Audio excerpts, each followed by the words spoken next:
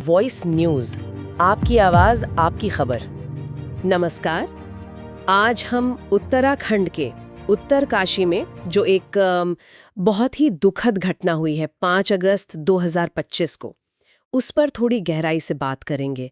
धराली गांव में ना बादल फटा, मतलब अचानक बहुत ही तेज बारिश एक छोटे से इलाके में, और उससे भयंकर बाढ़ आ गई। रिपोर्ट जो है वो बताती है कि ये सब दोपहर करीब 1:30 बजे, 1:30 बजे के आसपास शुरू हुआ। खीर गंगा नदी है वहां, उसमें अचानक से बादल फटने से बाढ़ आई और बहुत नुकसान हुआ। एक चश्मदीद का बयान तो वाकई दिल दहलाने वाला है। उन्होंने कहा कि ये केदारनाथ आपदा जैसा था, और ये भी बताया कि 5 अगस्त की तारीख 1978 में भी पास के कनोडिया गांव में ऐसी ही भयंकर बाढ़ आई थी। उसकी याद आ गई सबको। कहा कि भाई यकीन ही नहीं हो रहा था, जो देखा वो बताया नहीं जा सकता। जो तस्वीरें और खबरें आ रही हैं वो बहुत डरावनी है। पानी और मलबा मतलब इतनी तेजी से आया कि कई सारी बिल्डिंग्स, होटल, लॉज वो सब बह गए। कुछ घर तो पूरे ही खत्म हो गए। कुछ बच भी गए हैं, ऐसा नहीं है।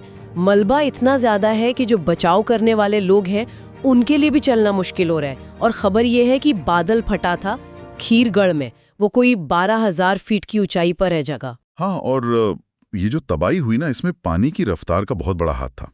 सोचिए, लगभग 40 किलोमीटर प्रति घंटा। मतलब जैसे शहर में गाड़ी चलती है ना, उस रफ्तार से पानी और मलबा आया। और इसका असर भी दो तरफा हुआ है। एक तो धराली गांव, वो तो सीधा चपेट में आ गया, सबसे ज्यादा नुकसान वहीं है। और दूसरी तरफ हरसिल में जो आर्मी का बेस कैंप है, उसके पास भी पानी इकट्ठा हो गया, एक झील जैसी बन गई है। लेकिन अच्छी बात यह है कि हरसिल से किसी जान के नुकसान की खबर नहीं है अभी तक। पर धराली में हालत बहुत नाजुक है। आंकड़े क्या कह रहे हैं?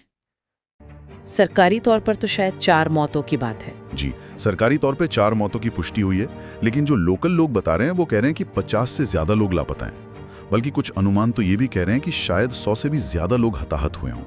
एक वहां के देखने वाले ने बताया कि करीब 60-70 लॉज बह गए। बाप रे, 60-70 लॉज। ऐसी हालत में एक अच्छी खबर ये रही कि पास में ही हरसिल है। वहां से सेना के करीब 150 जवान सिर्फ 10 मिनट में पहुंच गए और फौरन उन्होंने बचाव का काम शुरू कर दिया।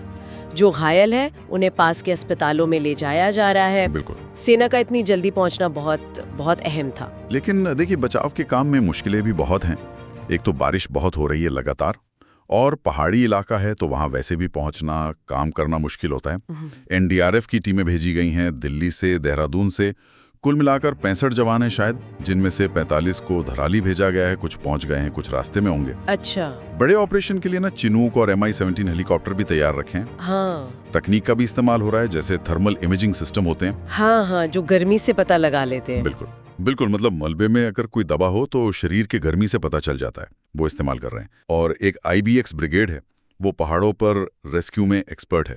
चमोली एवलांच में भी उन्होंने बहुत अच्छा काम किया था। सुना था उनके बारे में। उनको भी लगाया गया है। प्लान ये है कि चिन्यालीसौड़ एयर स्ट्रिप और हरसिल हेलीपैड का इस्तेमाल किया जाए। पर असल तेजी तो तभी आएगी जब मौसम थोड़ा साफ होगा। आसपास के जो अस्पताल हैं और एम्स ऋषिकेश, वो सब अलर्ट पर हैं। ये तो हुई बचाव की बात, पर रिपोर्ट में ना इस इलाके की जमीन के बारे में भी कुछ बताया गया है कि ये पूरा एरिया लैंडस्लाइड मतलब भूस्खलन के लिए पहले से ही बहुत सेंसिटिव है।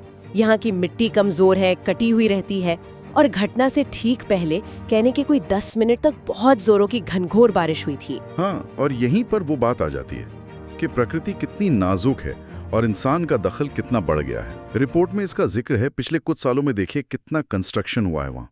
टूरिस्ट इतने ज्यादा आने लगे हैं, कितने होटल, लॉज बन गए हैं। रिपोर्ट इशारा कर रही है कि ये सब चीजें खासकर मॉनसून में ढलानों को और कमजोर करती हैं। भूस्खलन का खतरा बढ़ जाता है। अच्छा।